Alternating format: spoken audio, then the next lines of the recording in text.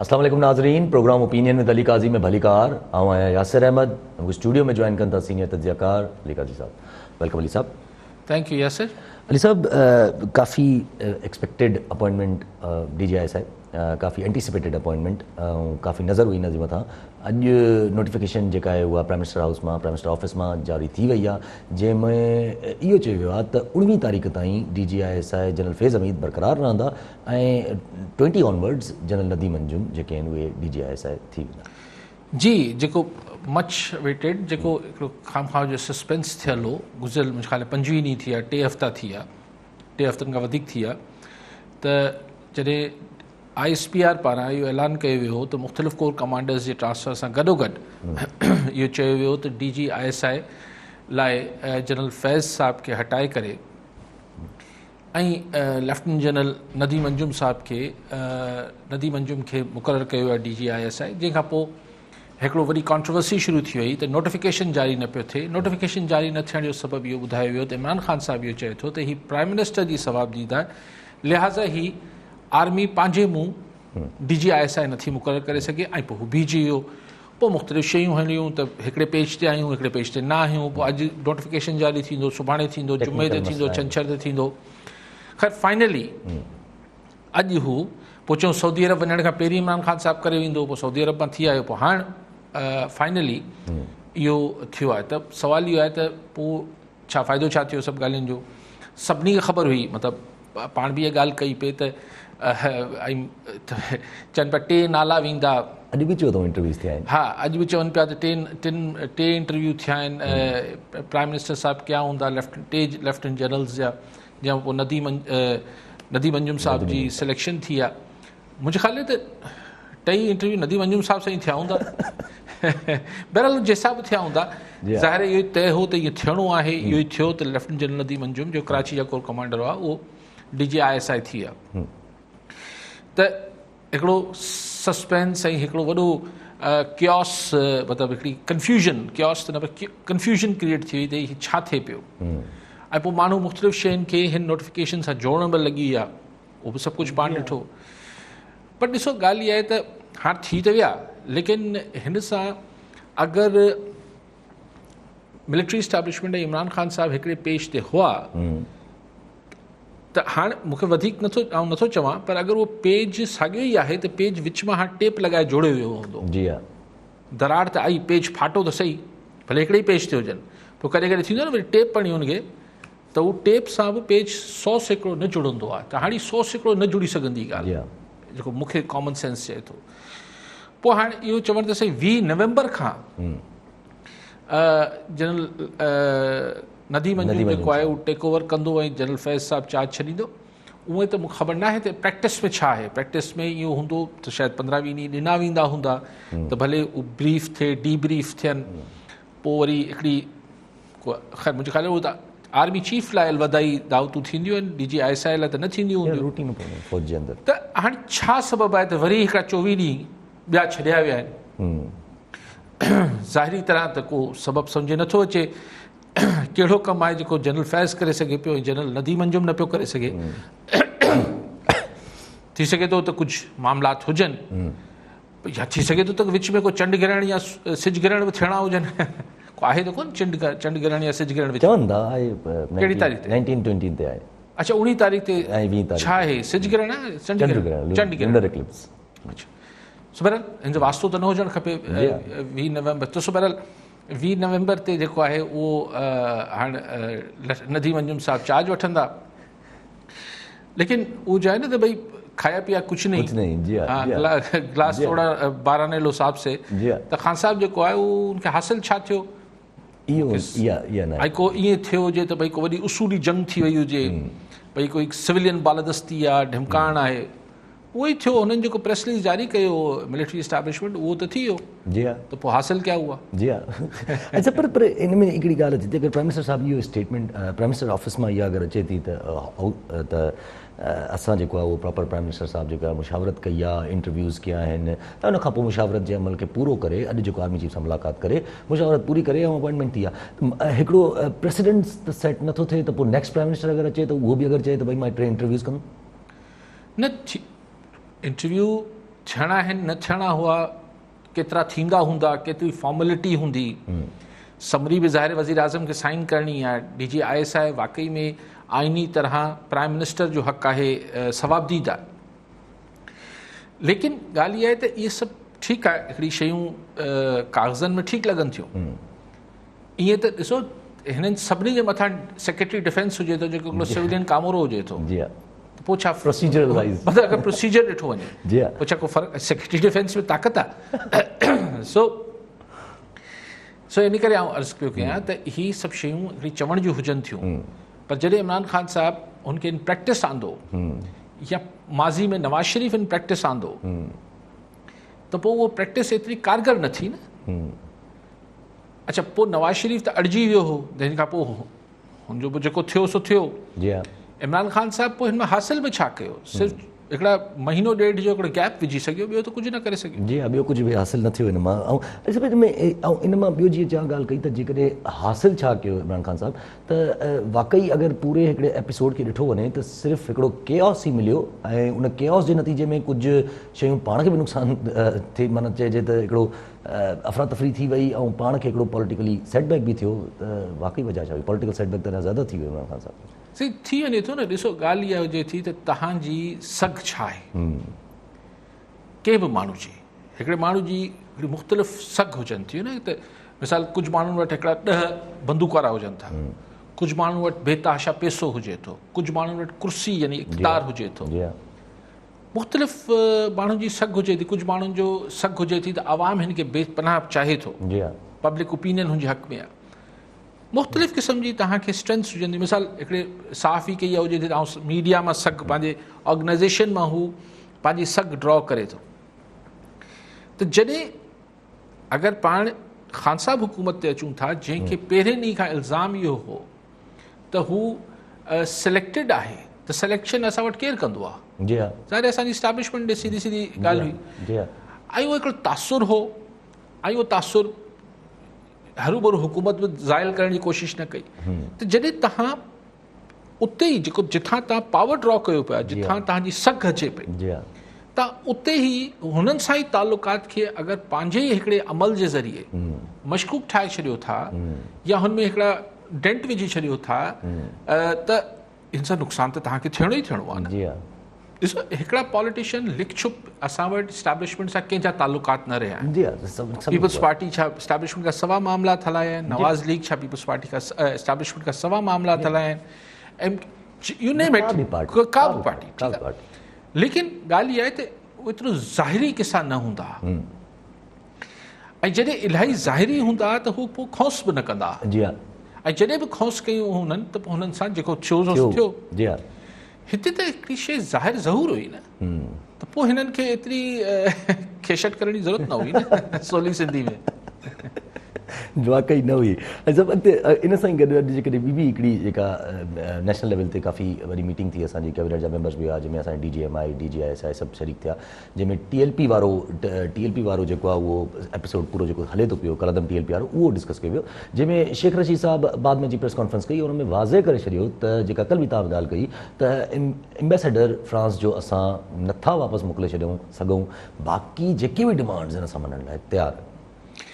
जी, ऐं शेख रशीद साहिबु पहिरीं त अची चयो त ॾिसो न, इन मां असांजी मिलिट्री इस्टेब्लिशमेंट ऐं असांजी सिविल हुकूमत जेका आहे हिकु पेज ते आहियूं। उहो त ख़ैर शेख रशीद भले चवंदो रहे, ठीकु आहे।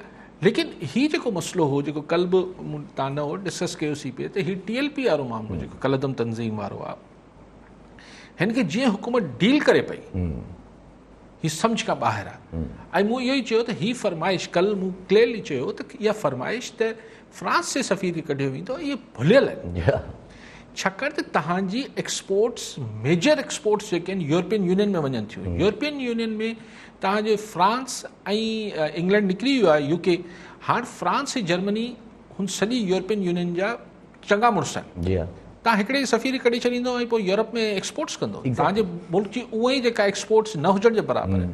सो इहो आउट ऑफ क्वेश्चन हो। GSP स्टेटस जे मथां क्वेश्चन ख़ुदि स्पेशल स्टेटस जे मथां जेको आहे उहो अची वञे आहे, तव्हांजो स्पेशल स्टेटस खसिजी वञे आहे। फ्रांस सां खौस करणु मतिलबु यूरोपियन यूनियन सां तव्हां कयो पिया।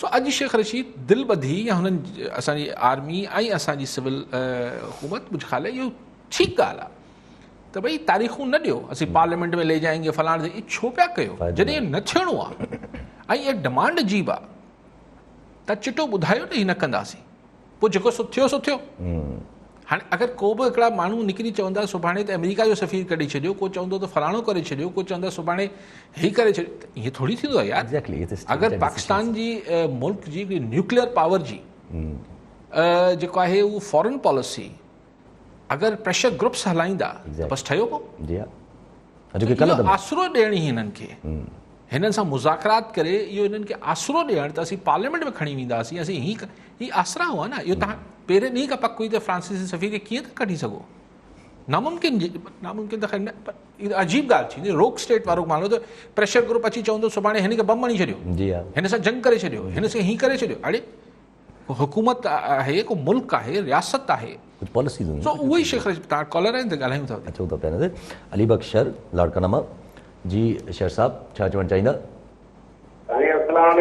वालेकुम अस्सलाम साईं अली साहब खां ॿ सवाल आहिनि हिकु सवाल त इहो आहे त इमरान ख़ान जेको आहे सो कंटेनर ते बि पहिरियों त चए पियो त मां जेको आहे सो करोड़ नौकरियूं ॾींदुमि माण्हुनि खे 50 लख घर ॾींदुमि माण्हुनि खे उहे 50 लख घर ऐं करोड़ नौकरियूं काॾे वियूं हाणे त जेको आहे हिन रांदो वैल करे छॾियो आहे वरी ॿुधूं था त 10 रुपया तेल ॿीहर थो चाढ़े पोइ हे छा माण्हुनि खे छॾींदो रहणो या हिते बसि पोइ हाणे त असां एॾो तंग थिया आहियूं हिन मुंहिंजो असां त चवंदा आहिनि हिन जो घेराव थियो निभागे जो हिन निभागे मां असां फासी कीअं वियासीं ठीकु आहे शेर साहब ॿियो बि कॉल वठूं जावेद मंगरियो कराची मां जी मंगरियो साहब छा चवणु चाहींदा अली काजी साहब जी ॻाल्हि खे थोरो अॻिते वधाईंदे त अॼु जेको आहे हिकिड़ी अहम पेशरफ़ थी आई आहे त ऑर्डर निकिरी आयो DGISI जो ऐं 20 तारीख़ खां हुनखे इहा चार्ज ॾिनी वेंदी इन में ॾिसो 2-3 ॻाल्हियूं थी हिकिड़ो त इंटरव्यू कंडक्ट थिया ऐं 3 नाला जेको आहे टिनी सां जेको ज़ाती तौर ते मुलाक़ात थी इहा हिकिड़ी नई जेको आहे हिन दफ़े डेवलपमेंट थी आहे त DGISI जेको आहे उहो पहिरियों दफ़ो वज़ीर आज़म जी सवाब जी तहत जेको आहे उहो अपॉइंट थियो आहे ऐं जेके रवायतियूं हुयूं उन्हनि खे कंहिं ताईं ब्रेक कयो आहे पर पॉलिटिशियन मिलिट्री का नई शइ कान्हे का जेको 80% जेका इदारनि सभिनी ते जेको आहे हिकिड़े इदारे जा हेठि वेठा आहिनि उहे बि ॾिसो पॉलिटिशियन जे थ्रू ई अचनि था ॿी ॻाल्हि जेका डेंट जेको पइजी वियो आहे उहा ज़ारी ॻाल्हि एतिरो आसानी सां कोन भरिबो ज़ारी ॻाल्हि मथे साल उन खां मथे चेंजिस जेका थींदियूं हुकूमतूं बदिलबियूं पर हाणे ॾिसो जेके इकोनॉमिकल सिचुएशन्स आहिनि हुन में असां जेकॾहिं नवां तजुर्बा कंदासीं वरी पुराणा सियासतदान ॿीहर इलेक्शन जे थ्रू ईंदा वरी साॻिए तरीक़े सां नवां मसइला त हाणे ॾिसो 5th जनरेशन जेका हले थी हिन में असांखे जेकॾहिं हिकिड़ी अहिड़ी हुकूमत आणिजे जेका सिलेक्टेड पर्सन्स जी हुजे ऐं जंहिंमें 2-4 खरब जेके इलेक्टेड जेके असां MP MLA आहिनि उन्हनि ते जेके ख़र्च थियनि था उन्हनि फंड्स ते उन्हनि करप्शन्स ते त जेकॾहिं टेक्नोक्रेट्स वारी हुकूमत ईंदी त उहे असां 5-8 खरब बची पवंदा त जेकॾहिं चेंजिस आणणी आहिनि ज़ाहिरी ॻाल्हि हाणे मिलिट्री इस्टेब्लिशमेंट जेको आहे ख़ामोश बि कोन रहंदी ऐं एतिरो जेको आहे रिलैक्स बि कोन हूंदी उन ज़हन में खोड़ सारा ऑप्शन्स हूंदा त कहिड़े तरीक़े सां मुल्क खे रन कजे कहिड़े तरीक़े सां इमरान ख़ान खे साइड लाइन कजे या नई हुकूमत आणिजे त ॾिसो हिकिड़ो टेक्नोक्रेट्स वारी जेकॾहिं हुकूमत आहे 2-3 साल हले थी पर बेशर्ते के हुन ते जेको अमल बि थिए वरी का अहिड़ियूं पहिरीं 1st जनरेशन वारियुनि जा ज़यालत जे ज़माने या मुशरफ वारे ज़माने वारियूं ग़लतियूं न दोहिराइजनि त बिल्कुलु असांजो मुल्क जेको आहे ॿीहर स्टेबल थी सघे थो ऐं अॻिते वधी सघे थो ॾिसो पॉलिटिकल सिस्टम में असांजा 8-10 खरब जेको आहे MLA MP जो जेको करप्शन में नज़र थी था वञनि इहा ई पार्लियामेंट आहे कंहिं कम जी कान्हे का को ते डिसीजन नथो थिए इहे सभई असां बची सघनि था त जेकॾहिं मिलिट्री इस्टेब्लिशमेंट जेको इन्हनि ते गौर करे भई त महिरबानी करे थोरो इन ऑप्शन ते गौर करे त हाणे अॻिते छा करिणो आहे असांखे ऐं कहिड़े तरीक़े सां इकोनॉमिकली स्टेबिलिटी आणणी आहे महिरबानी ठीकु आहे साईं पाण हू ॻाल्हि पहिरीं पूरी करे वठूं त जेको शेख रशीद साहिब ॻाल्हि कई त शेख रशीद साहिबु सोली सिंधी में चयो त बाबा इहो त ॿुधी वठनि TV जे ज़रिए ई त असीं फ्रांस जे सफ़ीर खे नथा कढूं असीं फ्रेंच एम्बेसी खे बंदि न कंदासीं इन त ॻाल्हियूं नथियूं थी सघनि बाक़ी शेख रशीद साहिबु चयो बाक़ी तव्हांजा समूरा शर्त मञण लाइ तयारु हो माना सोली सिंधी में चयईं त तव्हांजी जेका बंदिश पियल आहे ऐं जेको तव्हां नज़रबंदी तव्हांजी गिरफ़्तारी उहा बि तव्हांखे ॾियूं था इहे चई कोन लफ़्ज़नि पर अंडरस्टूड आहे 4th शेड्यूल ऐं सभु शयूं अंडरस्टूड आहे त तव्हांखे जेको आहे तव्हांजे TLP ते बंदिश बि ख़तमु कयूं था तव्हांखे आज़ादु बि कयूं था पर उहा हाणे गवर्नमेंट जा पंहिंजा आहिनि पर हिकिड़ो सुवाल के सहाफ़ी तकड़ में कयो ऐं शेख रशीद उन चयो त जे पोइ बि न मञे TLP जी फिर अल्लाह ही जानता है क्या होगा। जी हाँ जी हाँ जी हाँ। पर हुन इहा ॻाल्हि इहा ॾिसो ही फ़ैसिलो सिविल मिलिट्री लीडरशिप गॾियल तौर ते कयो आहे। सो हिन फ़ैसिले जी ओनरशिप जेका आहे मालिकी जेका आहे उहो सिर्फ़ु इमरान ख़ान न कंदो आहे। अगरि हाणे TLP कुझु उणिवीह कई त मतिलबु हिन दफ़े जेको क्रैकडाउन थींदो ही फैज़ाबाद धरणे वारो हिननि खे ट्रीटमेंट हिन दफ़े न मिलंदो। मतिलबु हिन दफ़े हिननि सां पोइ कुझु थोरो सवायो थींदो ऐं इहा ॻाल्हि मुंहिंजो ख़्यालु आहे त TLP खे बि सम्झ में ईंदी।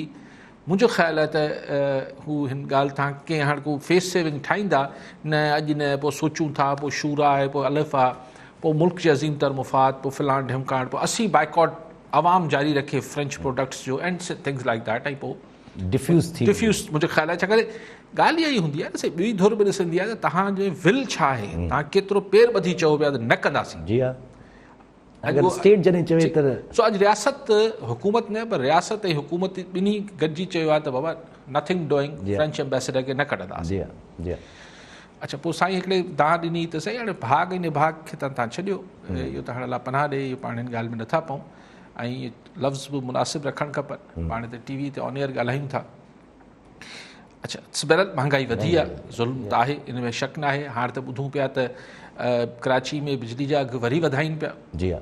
माना सॼे मुल्क में न पर कराची लाइ महिरबानी थींदी पोइ बाक़ी मुल्क बि आयो बीठो उन में वरी वधंदी। पेट्रोल वरी चवनि पिया 7 खां 9 रुपया वधंदा। जी हाँ जी हाँ। सो महांगाई त डॉलर अञा हवा में उॾामे पियो वञे थो वधंदो। सो हिकिड़ी आहे पूरी सिलसिलो आहे जेको तमामु डिप्रेसिंग आहे। हाणे त भवाइतो आहे ऐं ढिजारींदड़ आहे। आख़िर कीअं माण्हू ॿिनि वेलनि जी मानी हींअर बि मुश्किल सां अवेलेबल थिए थी पोइ अलाए छा थींदो। अच्छा मंगरियो साहिब जेके ॻाल्हि कई त मंगरियो साहिब ॾिसो ॻाल्हि इहा आहे त तव्हांजो मशवरो जेको तव्हां चयो त आख़िर में त साईं चवनि त मुंहिंजी ॻाल्हि ज़रूरु इहो राय ज़हन में रखनि से हुननि वटि जेके हीअ सभु शइ मामलात हुजनि था इन्हनि वटि option A option B option C option D option E अलाए केतिरा ऑप्शन हुजनि था अलाए केतिरियूं फाइलूं हुजनि थियूं केतिरा होमवर्क्स थियल हुजनि था बिकॉज़ ज़ाहिर जेका इस्टाब्लिशमेंट हुजे थी उन वटि ओचितो कंटीजेंसी मुख़्तलिफ़ प्लान्स हुजनि था। सो ॻाल्हि इहा आहे त जेका तव्हां टेक्नोक्रेट्स वारी ॻाल्हि कयो पिया हिन 2 टे ॻाल्हियूं करे वञा। हिकिड़ो त मंगरियो साहिब टेक्नोक्रेट्स जी हुकूमत जो आइन में का गुंजाइश न आहे। सो ॿी लफ़्ज़नि में तव्हां चओ पिया त आइन खे फ़ारिग कजे फ़िलहाल फ़ारिग साइड ते रखिजे 3 सालनि लाइ फ़ारिग कजे। हाणे ताज़ो दुनिया में 2 मुल्कनि इहो कमु कयो आहे। हिकिड़ो थाईलैंड कयो आहे उनखे दुनिया जेको आहे तस्लीम नथी करे। सूडान कयो आहे हाणे रिसेंट कयो उनजे ख़िलाफ़ बि शदीद सूडान में बि फ़ौज अची वई आहे पावर में उते शदीद रिएक्शन आहे ऐं यूरोपियन यूनियन ऐं सभिनी चयो आहे त असीं नथा मञूं। सो उहो एतिरो सवलो न आहे। जी म्यांमार मूं पहिरीं अच्छा इंडोनेशिया थाईलैंड त पुराणो थी वियो एग्ज़ैक्टली ताज़ो म्यांमार या बर्मा जेको पाण चवंदासीं ऐं पोइ हाणे सूडान ठीकु आहे। सो एतिरो सवलो न आहे। हाणे टी ॻाल्हि ते अचूं था मंगरियो साहिब त जॾहिं टेक्नोक्रेट्स मुशर्रफ साहिब 3 सालनि लाइ आया विद द पावर्स ऑफ के given by them to Supreme Court कि जेको वणे तरमीमूं करे वठो। जी हाँ। पोइ छा गुल गुलज़ार थी वियासीं। ॻाल्हि इहा आहे त ॾिसो टेक्नोक्रेट खे जी सिलेक्शन केरु करे। एग्जैक्टली मूंखे तव्हां चओ त ही न्यूरो फिज़िस्ट आहिनि या हिकिड़ो कार्डियोलॉजिस्ट आहिनि हार्ट जा सुठा सर्जन आहिनि। असांखे हिकिड़ो हार्ट जो सुठो सर्जन खपे। काजी साहिब तूं इंटरव्यू करे मूंखे ॿुधाए कहिड़ो हुजे। मुंहिंजो त जेको वाक़ुफ़ु हूंदो आहे चवंदो हीउ सुठो आहे हिन मुंहिंजे चाचे जो इलाजु चङो कयो। जी हाँ जी हाँ। सी तो सिलेक्शन ऑफ द टेक्नोक्रेट बि त इशू आहे। जी हाँ। सो ॿी ॻाल्हि इहा आहे त to run a government department exactly जी हाँ is entirely a different ball game. हिकिड़ी अलॻि अलॻि दुनिया हुजे थी। कंपनीज़ ऐं हिकिड़े सुठे बैंकर खे तव्हां फाइनेंस मिनिस्टर ठाहे छॾियो त हीअ बैंक जेका आहे उहो बैलेंस शीट ते हले थी। मुल्क जेके आहिनि प्रॉफिट एंड लॉस जी बैलेंस शीट ते न हलंदा आहिनि। सो हिकिड़ी पूरी सो एतिरो सवलो न आहे ऐं तव्हां अलाए छो लेकिन बहरहाल अगरि इमरान ख़ान साहिब सां ॻाल्हि खुटायां था कॉलर आहे अगरि त कशीदगी सवाई आहे ऐं तइ थी चुको आहे त हे थियणो आहे त पोइ त पोइ ऐं तव्हां जंहिं मफ़रूज़े ते ॻाल्हाए पियो मंगरियो साहिबु त माना इहो बि शायदि तय करे वठा आहिनि त पुराणनि खे न आणणो आहे जी हा त पोइ इन वाट के असां ॿियो ऑप्शन हूंदो कोन्हे पोइ शेख रशीद वारी ॻाल्हि त अलाह ख़ैर तूं न हा पोइ टेक्नोक्रेट्स वारो इहो ऑप्शन रहिजी वेंदो जी हा ठीकु आहे सभु कॉलनि सां गॾु शुमाइल लाड़िक खैरपुर मां जी शुमाइल साहब छा चवणु चाहींदा साईं अस्सलाम वालेकुम साईं पुछणो इहो हुयो त छा असांजो निज़ाम करप्ट सिस्टम जे बदिरां नथो हली सघे इन करे डॉलर वांगुरु थिया छो वांगुरु थिया वठ पकड़ शुरू थी आहे त कंहिं केतिरा कमाया पैसा काॾे विया कीअं विया त को प्लान बी नाहे छा असांजे मुल्क लाइ साईं छा कजे जो इन सिस्टम खां ॿाहिरि निकिरजे ॾिसण में ईअं थो अचे अगरि करप्ट सिस्टम आहे करप्शन थिए थी त मुल्क ख़ुशहाल आहे साईं अगरि को अचे थो बकुल तव्हांजे साईं उहा एस्टेब्लिशमेंट इन्वॉल्व थिए त डॉलर महांगो थो थी वञे ऐं साईं वसाइल माण्हुनि जा हो था थी वञनि पैसो रोलिंग करणु बंदि थो थी वञे त छा माना को प्लान बि नथो थी सघे हाणे फॉर एग्जाम्पल को नेक्स्ट टाइम को करप्ट लीडर थो अचे तव्हां ॾिसंदव डॉलर बि घटि थी वेंदो ऐं साईं पैसो बि रोल करणु शुरू करे ॾींदो माण्हू बि ख़ुशहाल थी वेंदा इन जो छा मतिलबु आहे साईं ठीकु आहे ठीकु आहे साईं पर आऊं पहिरीं ॻाल्हि मंगरियो साहिब जी पूरी करे वठां त हीउ मंगरियो साहिब जे मफ़रूज़े ते आऊं ॻाल्हायां पियो त मुंहिंजो जेको ख़्यालु आहे त अगरि इहो तय थी वियो त इमरान ख़ान साहिब जो अगरि जाना ठहिर गया ख़ुदा ख़बर त पोइ पुराणनि प्लेयर्स खे किथे न किथे अकोमोडेट कबो छाकाणि त मसइलो सिर्फ़ु ख़ान साहिब न आहे मसइलो GT रोड जो पब्लिक ओपिनियन बि आहे हुनखे बि त आख़िर हिकिड़े पैकेज में तय कबियूं न शयूं ऐं ॾिसणो इहो आहे त अञा हिन ईंदड़ साल में जेके इम्पोर्टेंट अञा पोस्टिंग अचणियूं आहिनि हिकु ॿ उन ते छा कहिड़ा शख़्सियतूं अचनि थियूं शुमाइल साहब छा चवणु चाहींदे जॾहिं करप्ट हुकुमरान अचनि था त डॉलर बि सस्तो थी वञे ईअं साईं चवनि पिया त पूरो सिस्टम ई वेही जो वेठो पियो आहे अजीब फाथा पियो हिकिड़ो साईं जो मक़सदु इहो त अजीब फाथा पिया हिकिड़ो चक्री में सिस्टम में प्लान बी न आहे को हिन सिस्टम खां निकिरूं असां ॿाहिरि क्वेश्चन इहो आहे त सिस्टम सां फाथा पिया आहियूं ऐं साईं जी ॻाल्हि न सम्झा अगरि त साईं इहो चवणु चाहिनि था त करप्शन आहे त साईं करप्शन त हिकिड़े प्रोसेस में ओवरनाइट केर बि ख़तमु नथो करे सघे if that's what he is trying to say कि करप्शन ओवरनाइट त जेको बि करण जी कोशिशि कंदो जीअं ख़ान साहब करण जी कोशिशि कई त इकॉनमी जेको आहे उहो वेहिजी वई लेकिन अगरि मां जेको साईं जी ॻाल्हि सम्झियसि ॿिए भेरे साईं लाड़िक साहब फ़ोन करे ज़रूरु क्लियर करे वठे ऐं जेको साईं जी ॻाल्हि सम्झियसि त अगरि को करप्ट अचे थो त पोइ कीअं आम माण्हू ख़ुशि थी वञे थो ऐं छा थो थिए शयूं सस्तियूं थियनि थियूं ऐं डॉलर सस्तो थी वञे थो सही प्रॉबेबली लाड़ी साहिब त जेके स्टिग्मास आहिनि हाणे ऐं परसेप्शन आहे त हीउ करप्ट आहे शायदि ओतिरा करप्ट न हुजे एग्ज़ैक्टली या इहो हुजे थो त बहरहाल एक्सपीरियंस आहे न तव्हांजी इकॉनमी असां जहिड़े मुल्कनि जी इकॉनमी में जेका ब्लैक इकॉनमी हुजे थी उहो तव्हांजी वाइट इकॉनमी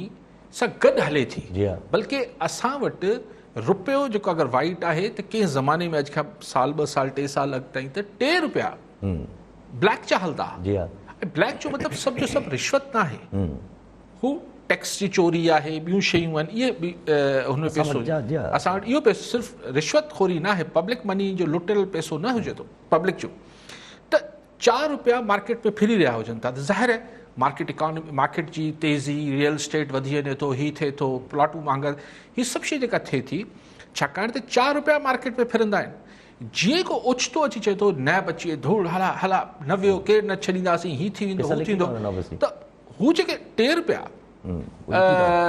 जेके ब्लैक हुजनि था हू माण्हू रोकीनि था पर 2 जा 2 नथा रोकनि ₹2 रोकीनि था ॿिए पासे जेको वाइट ₹1 बि हली रहियो हुजे त हू बि डिॼे थो त छा थो थिए त हू बि 4 आना रोके थो त जेका इकॉनमी ₹4 ते हली रही हुजे थी त हू ₹2.25 ते अची वञे थी सो हीअ जेको साईं शायदि चवणु चाहिनि पिया त पोइ छो थो थिए आउं को इकनॉमिस्ट न आहियां लेकिन हिकिड़ी कॉमन सेंस ते आउं हीअ ॻाल्हि पियो कयां त ख़ुदि हू बि त पैसो आहे न जेको कंहिं हींअर अगरि कंहिं वटि ₹5 अरब रिश्वत जा या टैक्स चोरी जा पियल जेतिरी मारामारी आहे फ़िलहाल त हू हुनखे किथे ॿोरे में रखे वेठो हूंदो न पर अगरि ₹5 मार्केट में हणे फिरंदो त सही न मार्केट। या एतिरी सख़्त हुजे जो गवर्नमेंट आउं इदारनि उनखे में जस्टिफाई नथो कयां त करप्शन हुजणु खपे या टैक्स चोरी हुजणु खपे, पर आउं चवां पियो त शायदि जेको अगरि शायदि मां साईं जो सवाल सही सम्झो आहे त पोइ मुंहिंजी नज़र में जवाबु इहो आहे। ठीकु आहे साहब, कॉलर सां गॾु मोहम्मद दाऊद चांडियो कंबर मां। जी चांडियो साहब, छा चवणु चाहींदा?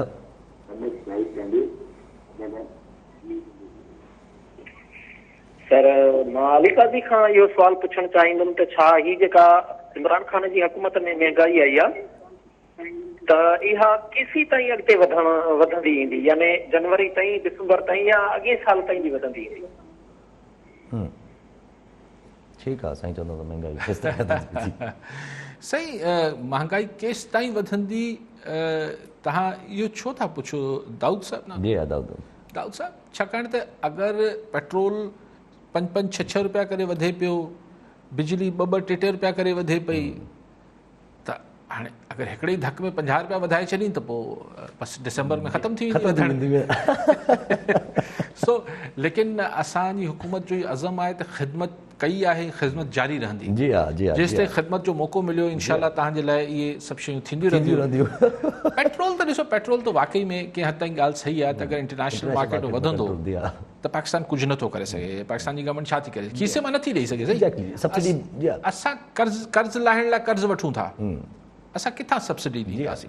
तमामु मुश्किल आहे उहो बेड़नि प्रोडक्ट। सो इहा महांगाई त सही अञा हलणी आहे, ऐं हीअ जेको कोविड जे करे बि हिकिड़ो इम्पैक्ट वर्ल्ड वाइड आयो आहे, पोइ असां वटि जेका कोऑर्डिनेशन ज़ीरो आहे between provincial and government, federal government, specially पाण सिंध जी ॻाल्हि कयूं, जिथे असांखे 20-21 ग्रेड जे अफ़सरनि लाइ बि CM सिंध खे सुप्रीम कोर्ट जे साम्हूं वञी चवणो पए त सही फेडरल हुकूमत असांखे कामोरा न पई ॾे। जी हा, यानी कोऑर्डिनेशन जो लेवल त इहो आहे फेडरल ऐं प्रोविंस जे विच में। उते खोड़ फैक्टर्स आहिनि, त इहो तव्हां दाऊद साहिब बसि दुआ कयो त हले बसि। ठीकु आहे सभु। ऐं सभु अॻिते हलो त काफ़ी ॾींहंनि खां डिस्कस थिए थो त बलूचिस्तान जो हिकिड़ी पॉलिटिकल सिचुएशन चेंज थी अचे। अब्दुल क़ुद्दूस बिजंजो साहब जेके आहिनि उहे CM थियणु वञनि था पिया, पर मज़े जी ॻाल्हि हिन में हिकिड़ी नज़र अचे। हिकु त जेका इंट्रस्टिंग शइ आहे उहा त JUIFA जी आहे। JUIFA बाप पार्टी खे सपोर्ट करण लाइ तयारु थिए थी पई, ख़बरूं अचनि थी पियूं। होॾां PTI जी जेका PTI जा पंहिंजा लोकल MPs आहिनि या लोकल पार्टी आहे जेका बलूचिस्तान में, उहे पंहिंजा कैंडिडेट सिलेक्ट कनि था पिया। होॾां वरी परवेज़ खटक साहब चवनि था त भई न, असां जेको आहे उहो बाप पार्टी खे सपोर्ट कंदासीं, इस्लामाबाद जी गवर्नमेंट असांजी बाप पार्टी खे सपोर्ट कंदी, जेको बि डिसीजन बाप जी तरफ़ां आयो। सही, बाप लोगों जे ख़िलाफ़ त नथा वञी सघनि केर बि। जेसि ताईं यारमद रिन साहिब जी ॻाल्हि आहे, सरदार साहिब जी, त उहो ठीकु आहे, हू पंहिंजी ॻाल्हि कनि पिया, पर आई डोंट थिंक सो। ऐं नथो सम्झां त यारमद रिन साहिब अब्दुल क़ुद्दूस साहिब जे खां खटे सघनि था वोटनि में। अब्दुल क़ुद्दूस साहिब जी पंहिंजी हिकिड़ी सूरत हाल आहे। यारमद रिन साहिब मोतबर सरदार आहिनि बलूचिस्तान जा, पर अब्दुल क़ुद्दूस साहिब जी जी। ऐं सो उनखां उहे ई मुंहिंजो ख़्यालु आहे चीफ मिनिस्टर थींदा। ऐं जॾहिं अञा हुननि इस्तीफ़ा न ॾिनी जाम कमाल, मूं तॾहिं तव्हांखे चयो पियो त हाणे अब्दुल क़ुद्दूस साहिब अची विया आहिनि, हाणे बसि थी वियो। सो बाक़ी ॻाल्हि रहिजी वई त ॾिसो, हीअ त इंट्रस्टिंग किसो थींदो न, हीअ त शुक्र फ़िलहालु मतिलबु हिकिड़ी ॻाल्हि रहिजी आई जो नो कॉन्फिडेंस में JUI ऐं अख्तर मेंगल साहिब जे MPs खे वोट न ॾियणो पियो हिननि सां गॾिजी बाप वारनि सां गॾु। उहो त हिकिड़ो पर्दो रहिजी आयो, उहो पाणे जाम कमाल इस्तीफ़ा ॾेई छॾी। हाणे जॾहिं वोट ऑफ कॉन्फिडेंस लाइ JUI CM लाइ अब्दुल क़ुद्दूस साहिब खे बाप पार्टी खे वोट कंदा JUIF ऐं अख्तर मेंगल ऐं BNP, त पोइ उहो तानो जेको पीपल्स पार्टी खे मिलियो हो सेनेट में त भई तव्हां बाप वारनि जी कीअं हिमायत वरिती आहे, हिते त पाण हिमायत करणु वेंदा। उते त हुननि हिमायत वरिती ही पीपल्स पार्टी वारनि, पंहिंजो अपोजिशन लीडर करायो, पंहिंजो हिनखे यूसुफ रज़ा गिलानी खे अपोजिशन लीडर कराइण लाइ हुननि बाप वारनि खां हिमायत वरिती हुई, 2 सेनेटर्स खां, 3 या 4। ठीकु आहे, हिते ही त बाप जे चीफ मिनिस्टर खे ठाहिण लाइ वोट कंदा। ये मौजा भी जी हमेशा जीअं तव्हां चवंदा आहियो त नामुमकिन का शइ मुल्क में सियासी ॻाल्हियुनि ते पेर ॿधी जेको चवंदो आहे न ही मुमकिन आहे, नामुमकिन आहे, आउं चवंदो आहियां, ऐं सिर्फ़ु तव्हांखे यादि हूंदो, हमेशह चवंदो मूंखे हैरत थींदी, पर हिन ते मूंखे क़तन हैरत न थींदी। जी हाँ, जी हाँ। ऐं हिन जा तावीलात ऐं तमामु हिकिड़ा जस्टिफिकेशन्स ॾींदी JUI अख़्तर में, न पोइ हीअं हो, पोइ हूं हो, पोइ फलाण हो, पोइ बलूचिस्तान जी तरक़ी अलॻि ॾिसणी हूंदी आहे, हे हीअं आहे हूअं आहे। पोइ अब्दुल क़ुद्दूस साहिबु थी वेंदो चीफ मिनिस्टर थी वेंदो। ऐं सो हिन में एॾो हैरान थियण जी ॻाल्हि न आहे। जी हाँ। ऐं ॾिसो न, अच्छा पोइ हिन में न हिकिड़ी ॿी दिलचस्प ॻाल्हि थींदी त बाप जे साम्हूं सभु राज़ी रहंदा। जी हाँ। बाप जो कैंडिडेट हूंदो अब्दुल क़ुद्दूस साहिबु, Exactly. बाप लोग जो बाप जो, हुनखे परवेज़ खटक साहिबु केरु आहिनि, PTI। ठीकु आहे, PTI बि वोट कंदी हुनखे, जी हाँ। PDM बि वोट कंदी हुनखे। जी हाँ। और इस मुल्क के फनकार से क्या चाहते हो, अञा छा था चाहियो असांजी पॉलिटिकल कल्चर मां। बस ठीक है। त हिते PTI इस परचम के तले हम एक हैं, बाप जे साम्हूं जी हाँ। PDM ऐं PTI गॾिजी हुनखे वोट कंदा ऐं हम देखेंगे, जी हाँ। सभु ॾिसंदा। जी हाँ, सभु ॾिसंदा, सभु ऐं ॾिसंदा। पोइ तावीलात तासीलात उहो ठीकु आहे, उहो कहाणियूं त ॿुधंदासीं, जी हाँ। Fact of life is Exactly. के ही त वोट कंदा। ठीकु आहे, कॉलर सां गॾु शेख अली नवाज़ सिंधी कराची मां। जी शेख साहब, छा चवणु चाहींदा? अस्सलाम वालेकुम। वालेकुम अस्सलाम। भाई अर्ज़ु इहो आहे त विच में जेको आहे ग़रीब माण्हू महांगाई जे चक्की में पीसी रहियो आहे, तमामु जेको आहे ख़राबु हालत में आहे, ऐं माण्हू ख़ुदकशी करण ते मजबूर आहे, ऐं मुखालिफ़ जुर्म जी एॾी ताक़त न आहे जो हुकूमत जे ख़िलाफ़ तहरीक हलाए। हू पाण में जेके में विड़ी वेठा आहिनि त छा ही हुकूमत खे छा करे सघंदा? हुकूमत त हुकूमत आहे न। इन लाइ मुंहिंजो अर्ज़ु आहे त ग़रीब माण्हू वञे त काॾे वञे साईं, ज़ाहिर आहे त वीचारो ख़ुदकुशी कंदो। ठीकु आहे साईं। ॿियो कॉलर मीर खादिम रज़ा टालपुर पीराकोट मां। जी टालपुर साहब, छा चवणु चाहींदा? साईं सलाम वालेकुम। वालेकुम अस्सलाम। साईं अर्ज़ु इहो आहे त साईं जो तर्जुमो ॿुधो पियो मां साईं काज़ी साहिब जो, वाकई तमामु मतिलबु इहो मौज़ो ई हूंदो जेको साईं पंहिंजो मौलाना साहिबु फज़ल रहमान साहिबु अची ऐं पंहिंजो TV ते स्क्रीन ते जेकर बाप जी जेको आहे सो हिमायत कंदो, ॾाढो पंहिंजो सुठो लॻंदो क़ौम खे।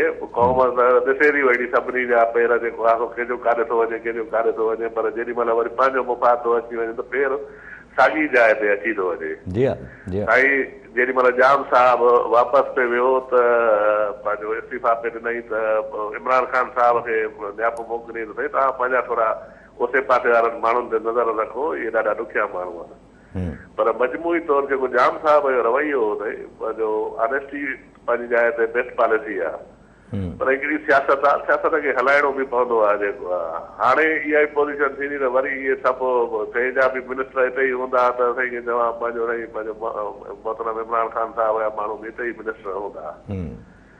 माण्हुनि खे कुझु हथु कोन्हे अचिणो, हे अचनि या हो अचनि, हे अचनि या हो अचनि, जेको आहे असां सां इहा ई पोज़ीशन रहंदी जेका असुल खां रहंदी आई आहे जेको आहे। सो मां इहा बि चयो साईं खे त पंहिंजो साईं वॾो मसालो हिकिड़ो प्रॉब्लम इज़ सॉल्वड, जेको DGISI थी वियो साईं, एॾो हाइप क्रिएट थी वियो जेको आहे DGISI जेको आहे उनखे 20 नवंबर ताईं छॾियो अथऊं। 2 मसइलनि जे करे साईं उन्हनि खे रखियो वियो हो, जंहिंजे करे उनखे 2 महीना अञा वधीक पंहिंजो एक्सटेंशन ॾिनो वियो त जीअं जेका शइ हिकिड़ो माण्हू कुर्सीअ ते हूंदो आहे त उनखे सॼी ख़बर हूंदी आहे, उनखे डील करणी हूंदी आहे। नओं माण्हू जेसिताईं ईंदो आहे प्रीफिक्स वठे, ॿियो टियों करे मसइलनि खे हलाए। ॾिसो था त पंहिंजो मिडल ईस्ट जी या साईं अफ़गानिस्तान जी या अमरीका जी पॉलिसियूं ॿियो त सभु चेंज थी थियूं वञनि। चाइना नज़र रखी वेठो आहे हर शइ ते जेको आहे, ऐं दासू डैम जो जेको आहे मसंजड़ो कमु शुरू करायो अथऊं हाणे वधी अॻ में जेको आहे। त इहे शयूं सभु आलमी मंज़रनामे खे बि ॾिसणो थो पवे न साईं। असां त हिते वेही ॻाल्हियूं कयूं था घर में।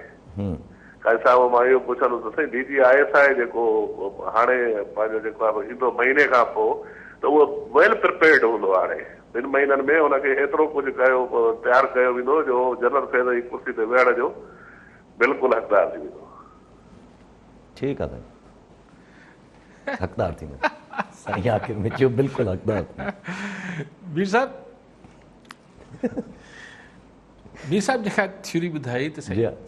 असां तव्हांखे सभिनी खे सम्झणु खपे जेको मीर साहिब चवणु चाहिनि पिया त भई ज़ाहिर आहे अगरि ओचितो ईअं अची वञे हा नदीम अंजुम साहिबु त ज़ाहिर एतिरा मुल्क में मामला लॻा पिया आहिनि हीअ आहे हू आहे तंहिंजे करे जेको आहे तंहिंजे करे इमरान ख़ान साहिबु हीउ मामिलो कयो आहे ॿारनि जो रांदि त नाहे त मीर साहिबु चलो मूंखे यासिर खे त सम्झ में अची वियो पर मूंखे हिकिड़ी ॻाल्हि मीर साहिबु सुभाणे फ़ोन करे सम्झाइजो त इहा ॻाल्हि जिन्हनि हुनखे अपॉइंट कयो उहो त ख़ुदि एग्ज़ैक्टली मिलिट्री आहे उहो उनखे इहो अंदाज़ो न हो त असां हीअ छा पिया कयूं सो मीर साहिबु इहे मां तव्हांजी ॻाल्हि अखियुनि ते तव्हांजो रायो आहे पर आउं तव्हां सां मतिलबु छा अर्ज़ु कयां त इहे न इंस्टीट्यूशन्स में ईअं न थींदो आहे इंस्टीट्यूशन इन करे इंस्टीट्यूशन्स में जेके आहिनि टेन्योर्स हूंदा आहिनि जी हा फिक्स टेन्योर्स हूंदा आहिनि फिक्स टेन्योर्स हूंदा आहिनि छाकाणि त कंहिंखे बि ख़ुशफ़हमी या ग़लतफ़हमी न थिए त हुन खां सवाइ दुनिया न हलंदी जी हा प्रेसिडेंट थोरी आहे जो इहे को बादशाहतूं न हूंदियूं आहिनि सो ऐं हिननि में ही इंस्टीट्यूशन्स वटि एतिरी नॉलेज ऐं एतिरी इंस्टीट्यूशनलाइज़ विज़डम हूंदो आहे हीअ को फ़र्दनि ठीकु आहे फ़र्द मैटर कंदा आहिनि ऐं मञा थो लेकिन एतिरो जल्दी ॿियो माण्हू ब्रीफ ऐं डीब्रीफ थींदो आहे ऐं ज़ाहिर अगरि मिसाल जीअं ज़ाहिरी तौर ते आर्मी चीफ ही नदीम अंजुम साहिब जी सिलेक्शन कई छाकाणि प्राइम मिनिस्टर त बाद में कई ऐलान अॻु में थी चुको त छा हुननि खे ख़बर न हूंदी त हीउ जेको साहिबु आउं रखां पियो हिन जी जेका कैपेबिलिटी आहे उहा छा आहे छा न आहे सो एक्चुअली एतिरो जीअं तव्हां हिन ॻाल्हि खे रखो पिया ॿी साहिबु इअं न आहे माफ़ु कजो पर ईअं न आहे ईअं न आहे ठीकु आहे अच्छा अॻिते हलो त अॼु हिकिड़ी इंट्रस्टिंग पर साईं खां पहिरियां बि साईं ख़ैर महांगाई आहे बिल्कुलु आहे तकलीफ़ जी ॻाल्हि आहे ठीकु आहे ऐं जब अॼु फेडरल शरिया कोर्ट जी ख़बर पड़ी त फेडरल शरिया कोर्ट जजमेंट ॾिनी आहे जंहिंमें उन्हनि इहो चयो आहे त चटीअ जे एवज़ संग जेको असां हिकिड़ो कल्चर आहे इहो गैर इस्लामी आहे ऐं इलीगल आहे बिल्कुलु सही ग़ैर क़ानूनी त अॻु में ई हो हिकिड़ी ॿारड़ी खे कहिड़े खाते में तव्हां चटी में ॾींदो ऐं इहो शरई तौर ते बि सभई मुतफ़िक़ हुआ जेके बि हिकिड़ा आलिम दीन हुआ बसि हाणे कुझु माण्हुनि जी हिकिड़ी जहालत ते मबनी हिकिड़ी ॻाल्हि हुई छाकाणि त असां वटि न्याणी खे हिकिड़ी कमोडिटी सम्झो जीअं रिढ ॿकरी आहे त अच्छा ठीकु आहे बाबा असां तव्हांजो नुक़सानु कयो असां तव्हांखे 2 पंहिंजा गहूं ऐं 4 ॿकरियूं ॾियूं था या पैसा ॾियूं था या सोन ॾियूं था या ही ज़मीन जो टुकड़ो लिखी ॾियूं था ही एफ़्ज़ो आहे न्याणी खे बि हिकिड़े जहालत ते मबनी माशरे में कुझु माण्हुनि जी नज़र में उहो न्याणी बि जेका आहे उहा हिकिड़ी को शइ आहे त असीं एफ़्ज़े में ॾियूं पिया सो उहा कंहिं सूरत बि क़ानूनी ऐं शरई ऐं इस्लाम में त ज़ाहिर आहे हिकिड़ो औरतुनि खे हक़ूक़ मिलियल आहिनि सो सुठो आहे हिननि हिकिड़ो फ़तवा जारी करे छॾियो आहे पर हुन खां अॻु बि को बि ज़ी शऊर माण्हू या जेके दीन जी बि ॼाण हुई उहो बि हिन खे कंहिं सूरत बि क़ानूनी इस्लामी इंसानी न पियो मञी सघे जी हा छो प्रॉपर्टी त न आहे न कंहिं बि क़िस्म जी प्रॉपर्टी त न आहे प्रॉपर्टी त छोकिरी जेका प्रॉपर्टी थोरी आहे यार जी हा कहिड़ी बि प्रॉपर्टी त न चइजे हू कंहिंजी बि मिल्कियत कोन्हे ऐं नथो मञा हीअ जेको चवनि था त आउं जो पीउ आहियां जेको वणे करे छॾियां कीअं वणे कीअं करे छॾींदो यार जी हा पंहिंजो दिमाग़ आहे पंहिंजो अकुल आहे सभु इंसान आहे जी हा पंहिंजो अर्शी आहे हुन वटि ठीकु आहे सभु ऐं सभु 2 नंढा इशूज़ आहिनि पीपल्स पार्टी सां रिलेटेड हिकु त दुबई में नासिर शाह साहिब जी इशरत रिबात साहिब सां मुलाक़ात थी आहे ऐं ॿियो परवेज़ खटक जा ई पंहिंजा भाउ जेके थोरो PTI खां नाराज़ थी विया लियाकत खटक साहिबु ऐं पंहिंजे पुट समेत पीपल्स पार्टी शमूलियत करण जी ख़बरूं अचनि थियूं पियूं सी ही इंट्रस्टिंग डेवलपमेंट आहे इशरत रिबात सां नासिर हुसैन शाह जी मुलाक़ात ऐं हुनखे मुल्क कराची में पीपल्स पार्टी ईंदड़ इलेक्शन खां पहिरीं पंहिंजी हिकिड़ी फुटिंग्स क्रिएट करणु चाहे थी गवर्नर इशरत रिबात सां आसिफ़ ज़रदारी साहिब जॾहिं प्रेसिडेंट हुआ त हिकिड़ी सुठी केमिस्ट्री हुई इशरत रिबात साहिब जी चयो वञे थो त हिकिड़ो सॉफ्ट इमेज आहे कराचीआइट्स जे अंदरि ऐं हिकिड़ो हू को ऑल्टरनेट न्यूक्लियस ठही सघनि था मूंखे ख़बर न आहे इनखे थोरो हाणे ॾिसबो त नासिर हुसैन शाह साहिबु उनखे पीपल्स पार्टी में शमूलियत जो ख़्वाहिशमंद आहिनि या हू चाहिनि था त हू अचे हिते ऐं MQM जे ऑल्टरनेट का ॿी हिकिड़ी मुतबादिल कराची में हिकिड़ी फोर्स क्रिएट थिए छा डिस्कशन्स आहिनि इहे खुलंदियूं लेकिन ही इंट्रस्टिंग डेवलपमेंट आहे ऐं पीपल्स पार्टी जो इनिशिएटिव आहे सो मुंहिंजी नज़र छाकाणि त इशरत इक़बाल, लेकिन मुंहिंजो जेको ज़ाती ख़्यालु आहे त इशरत इक़बाल साहिबु सिर्फ़ु नासिर शाह साहिब जे आसिरे ते कोन या पीपल्स पार्टी जे आसिरे ते न ईंदो, जेके हल्का हुजनि था हुननि जा जेसि ताईं सिग्नल न मिलंदो इशरत इक़बाल साहिबु पॉलिटिक्स में एंट्री न ॾींदो। जेको खटक साहिब जो भाउ ही पीपल्स पार्टी या ज़रदारी साहिब कोशिशि कनि पिया त जेके बाअसर इंडिविजुअल्स आहिनि, शख़्सियतूं आहिनि पंजाब में, केपी में, बलूचिस्तान में, हुननि खे पाण सां आणी ही सुठी ही पीपल्स पार्टी लाइ त हिकिड़ो सुठो इनिशिएटिव आहे। ठीकु आहे वॾी महिरबानी सभु नाज़रीन, अॼु जे प्रोग्राम जो वक़्तु पूरो थियो, वरी मिलंदा ईंदड़ प्रोग्राम में। दुआ में।